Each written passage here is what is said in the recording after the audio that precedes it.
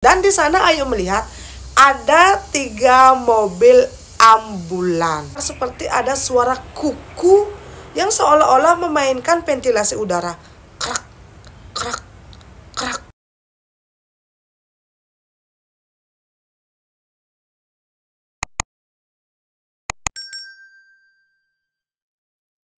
Semeton kumpul ya, ngerti jadi dinijak saya. Sebelum lanjut ke cerita, kalau di sepanjang video semeton mendengar suara sedikit mengganggu, tolong diabaikan dan tolong dimaklumi. Dan untuk semeton yang mungkin baru bergabung di channel saya, halo, perkenalkan, saya Tusenja. Di channel ini saya akan membawakan cerita-cerita nyata yang pernah dialami oleh narasumber saya, dan mereka bercerita kepada saya di DM sosial media. Jadi buat semeton yang mungkin suka cerita horor, cerita-cerita ngedegin, menyedihkan, atau cerita-cerita yang ngaitai ke polo, bisa subscribe dan juga like channel saya sekarang juga. Nah, untuk privasi akan saya samarkan karena ini permintaan langsung dari narasumber saya. Jadi narasumber saya hari ini kita sebut saja namanya Ayu, teman-teman. Ayu ini adalah seorang wanita yang berumur 15 tahun yang ketika itu sudah menikah dengan suaminya yang sudah berumur 25 tahun. Kita sebut saja namanya Blikomang. Nah, Ayu ketika itu sudah hamil 2 bulan ketika menikah dengan suaminya. Saat Ayu pertama kali memasuki rumah mertuanya, Ayu tahu ternyata memang benar Blikomang ini adalah seseorang yang sudah sukses karena Blikomang ini punya bisnis jual beli perkebunan. Dia ini adalah anak tunggal dan punya 4 adik perempuan. Suaminya Ayu ini tipikal suami yang sangat penyayang dan juga sangat menghormati kedua orang tuanya. Ayu juga merasa semeton, dari pertama kali dia memasuki rumah orang tuanya si Blikomang ini, semua keluarga besar dari Blikomang sangat merangkul dan juga mau menerima kehadirannya Ayu di rumah mereka. Nah, singkat cerita semeton, dari awal menikah sampai kehamilan Ayu yang ke-7 bulan, Ayu ini tidak pernah kontrol ke bidan ataupun ke rumah sakit. Alasannya karena di desa suaminya Ayu ini tidak ada bidan, tidak ada rumah sakit, bahkan puskesmas sekalipun. Nah, di desa sekitar rumah suaminya Ayu ini ada 2 bidan. Dan 2 bidan itu pun saat buka jam praktek, pasiennya akan sangat banyak. Karena Ayu merasa malas untuk ngantre berjam-jam. Makanya Ayu tidak pernah sama sekali memeriksakan kehamilannya ke bidan.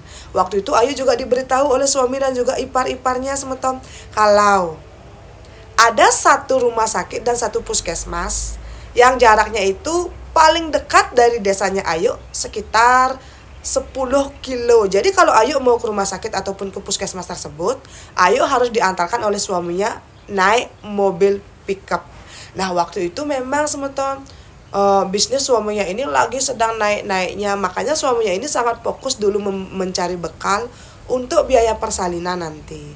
Nah, singkat cerita akhirnya hari persalinan pun datang semeton. Untuk pertama kalinya setelah Ayu menikah ke desanya si suami, Ayu pergi sejauh 10 km untuk mencari rumah sakit terdekat. Tapi karena waktu itu Ayu sudah merasa tidak tahan, dia bilang dia ingin melahirkan di puskesmas saja. Karena jarak rumah sakit ini dengan puskesmas, jarak rumah sakit lebih jauh sekitar 10 km lagi. Jadi total jarak rumah sakit ini 20 kilo dan puskesmas cuma 10 kilo dari rumah suaminya. Karena itulah akhirnya Ayu diantarkan ke puskesmas terdekat oleh keluarga dari suaminya. Ketika baru masuk di puskesmas ini, Ayu merasa sangat kaget semeton. Waktu itu semetonnya air ketubannya Ayu sudah pecah. Perutnya terasa sangat mules dan Ayu dibaringkan di mobil pickup di bagian belakang. Waktu itu ada ibu mertua, ayah mertua, dan juga beberapa keluarga besar dari suaminya yang menemani Ayu di belakang semeton. Ketika mobil baru parkir di depan pintu masuk, Ayu tuh kayak kaget gitu loh. Dia melihat keadaan puskesmas ini terlihat sudah sangat tua, bangunannya itu sudah pada keropos, tapi memang para staf di puskesmas tersebut sangat ramah dan baik. Dan terlihat juga semeton, antrian di puskesmas tersebut sangat banyak dan juga sangat panjang. Ayu berpikir dong, oh berarti benar kata mertuanya, karena mungkin rumah sakit terdekat itu jaraknya sangat jauh. Jadi orang-orang yang sakit itu akan lebih banyak ke bidan ataupun ke puskesmas tersebut. Di masa-masa itu, Ayu memang langsung berpikir ingin melahirkan di puskesmas karena jaraknya yang lebih dekat. Karena dia bilang itu tuh adalah persalinan pertamanya semeton, jadi dia tidak tahan lagi ingin melahirkan di tempat yang terdekat. Singkat cerita, akhirnya Ayu pun diturunkan dari mobil pickup dan langsung dibaringkan di tempat tidur. Waktu itu Ayu langsung dimasukkan ke ruang UGD.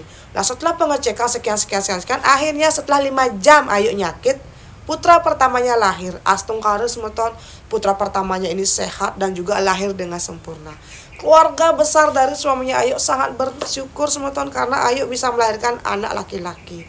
Setelah 3 jam Ayu ini selesai melahirkan, Ayu pun dipindahkan ke ruang rawat inap.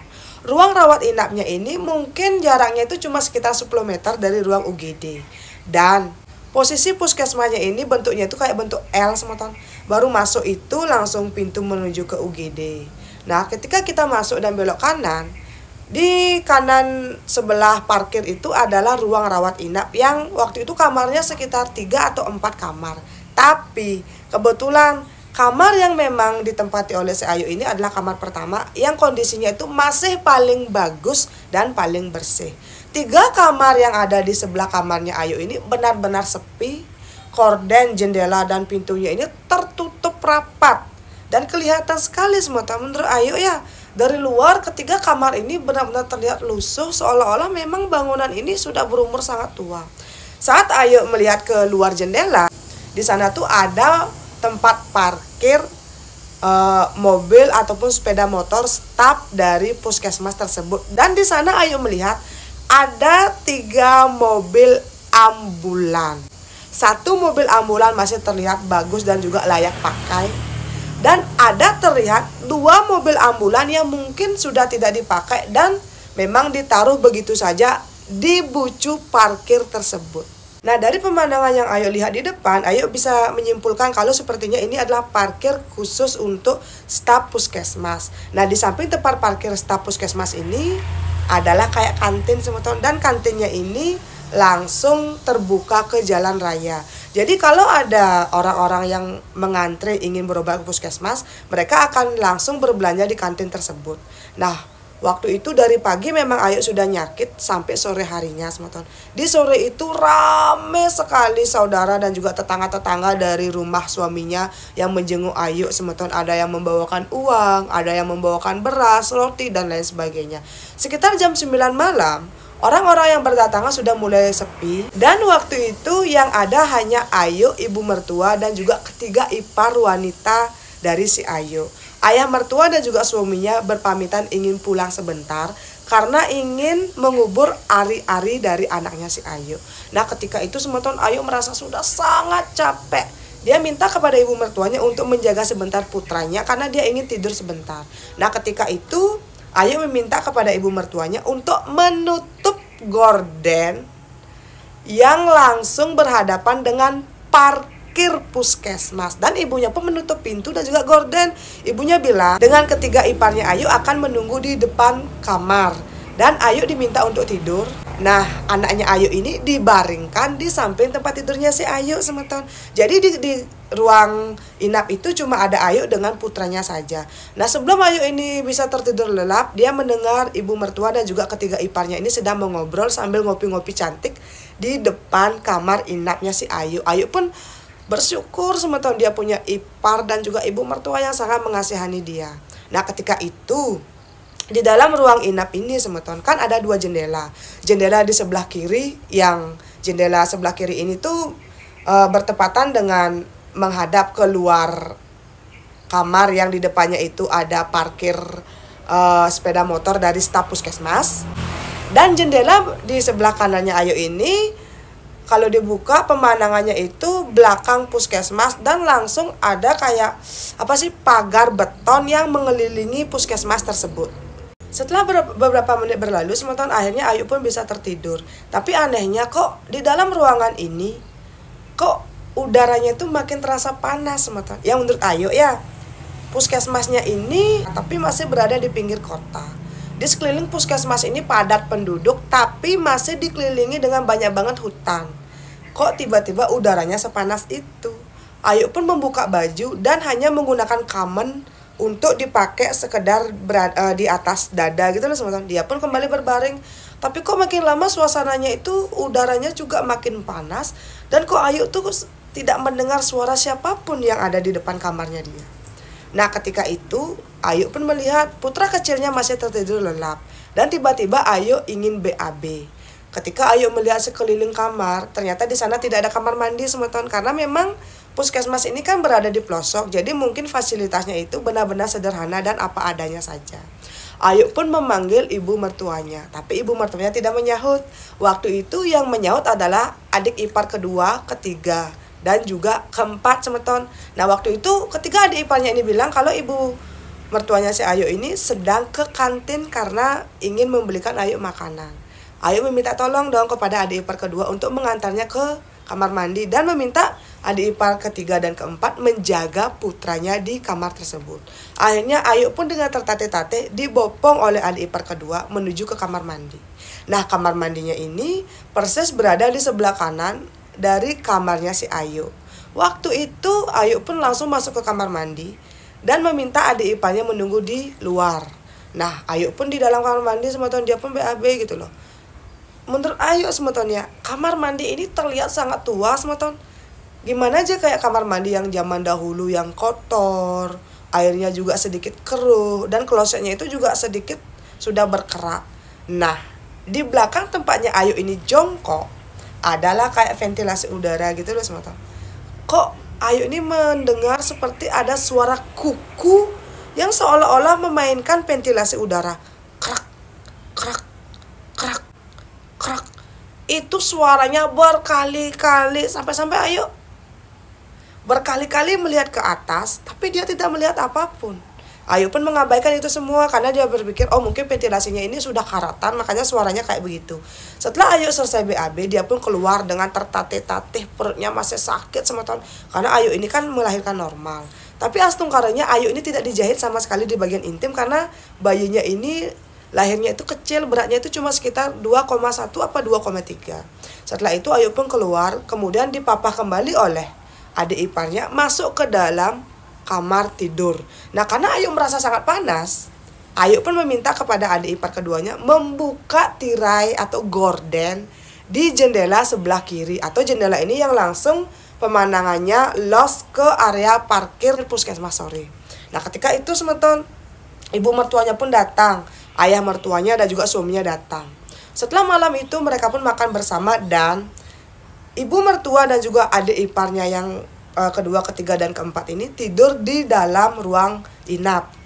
Di samping bayinya si Ayu menggunakan alas karpet di bawah. Suami dan juga ayah mertuanya Ayu tidur di depan kamar karena mereka juga merasa kepanasan. Ayu dan juga keluarga dari suaminya ini kok merasa panas banget ya hari ini. Apa karena akan hujan kok sepanas itu?